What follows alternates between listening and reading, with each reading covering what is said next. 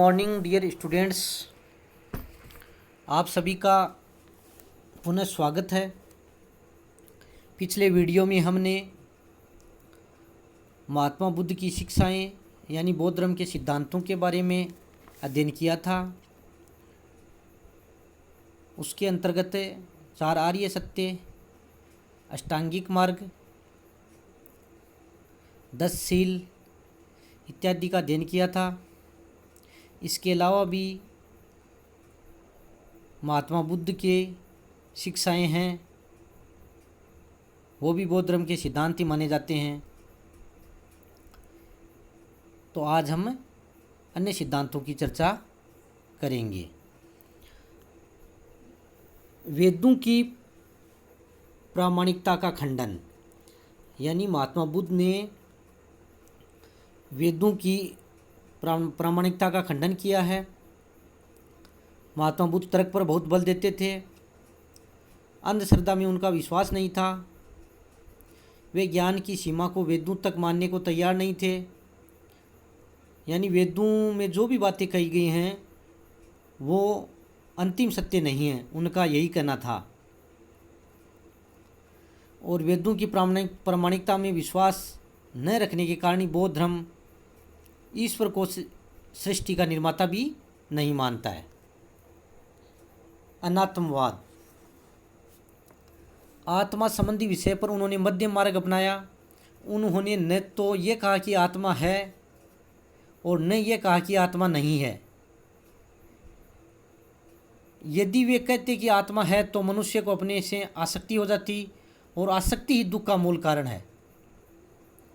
और यदि वे ये कहते कि आत्मा नहीं है तो मनुष्य ये सोचकर कि मृत्यु के बाद मेरा कुछ भी शेष न रहेगा, उसे मानसिक पीड़ा होती। इसलिए उन्होंने इस विवाद में पड़ना उचित नहीं समझा और इस विषय पर उन्होंने मध्यम मार्ग अपनाया। कर्मवाद, उनका कहना था कि मनुष्य जैसा कर्म करता है उसे वैसा ही फल भोगना पड़ता है। मनुष्य का ये लोक और परलोक उसके कर्म पर निर्भर है और मनुष्य को अच्छे कर्म करने चाहिए। कर्म ही सुख दुख के दाता हैं।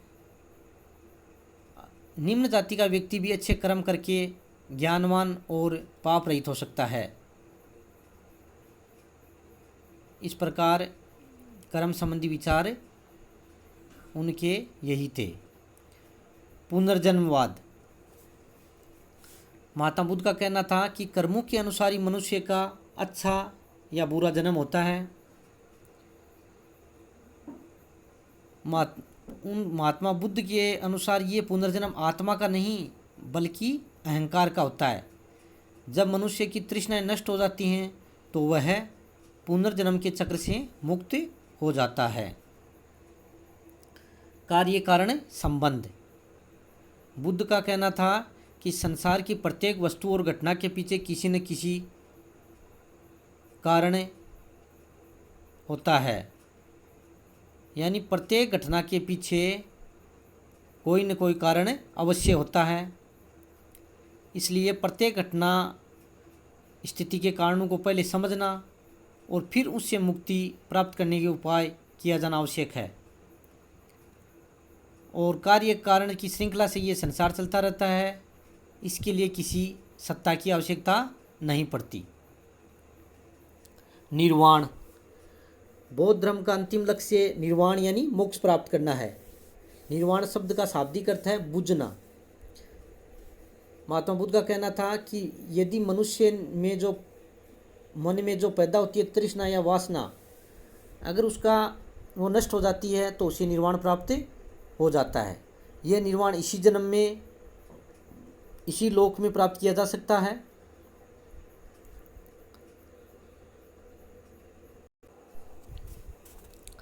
आत्मावलंबन, महात्मा बुद्ध ने आत्मावलंबन को भी बड़ा महत्व दिया है। उन्होंने मनुष्य को स्वयं अपना भाग्य विधाता माना है। उनका कहना था कि मनुष्य अपने ही प्रयत्नों से दुखों से छुटकारा प्राप्त कर सकता है। इसके लिए उसे कोई भी ईश्वरीय कृपा की आवश्यकता नहीं है। प्रतीत्य समुत्पाद,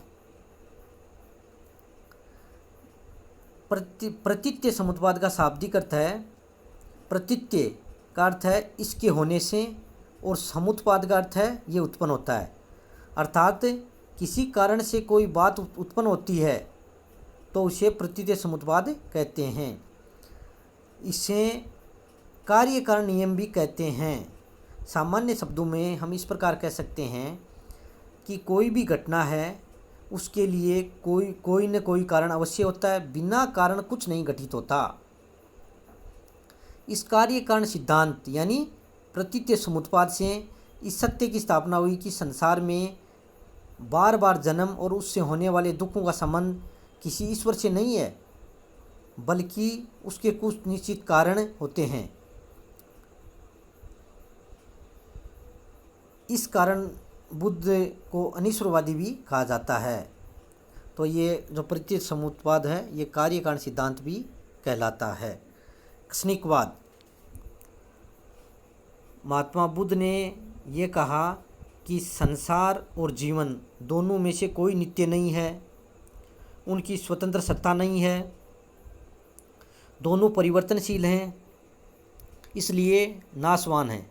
उनका कहना था कि ये जगत परिवर्तनशील है, इसकी प्रत्येक वस्तु हर क्षण बदलती रहती है, यहाँ तक कि आत्मा व जगत भी बदलता रहता है।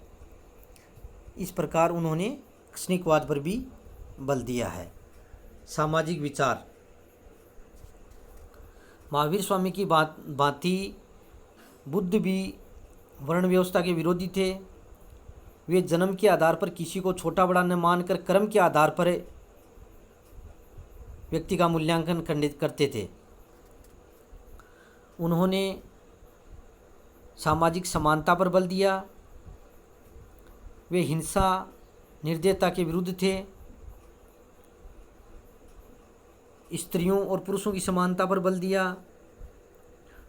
और सदाचार पर बल दिया। ये उनके सामाजिक विचार थे। प्रिय विद्यार्थियों, इस वीडियो को सुनने के बाद में आपको PDF नोट्स भी भेजे जा रहे हैं, उनका भी अध्ययन करना और होम असाइनमेंट का भी कार्य पूरा करना। इसी के साथ बहुत बहुत धन्यवाद।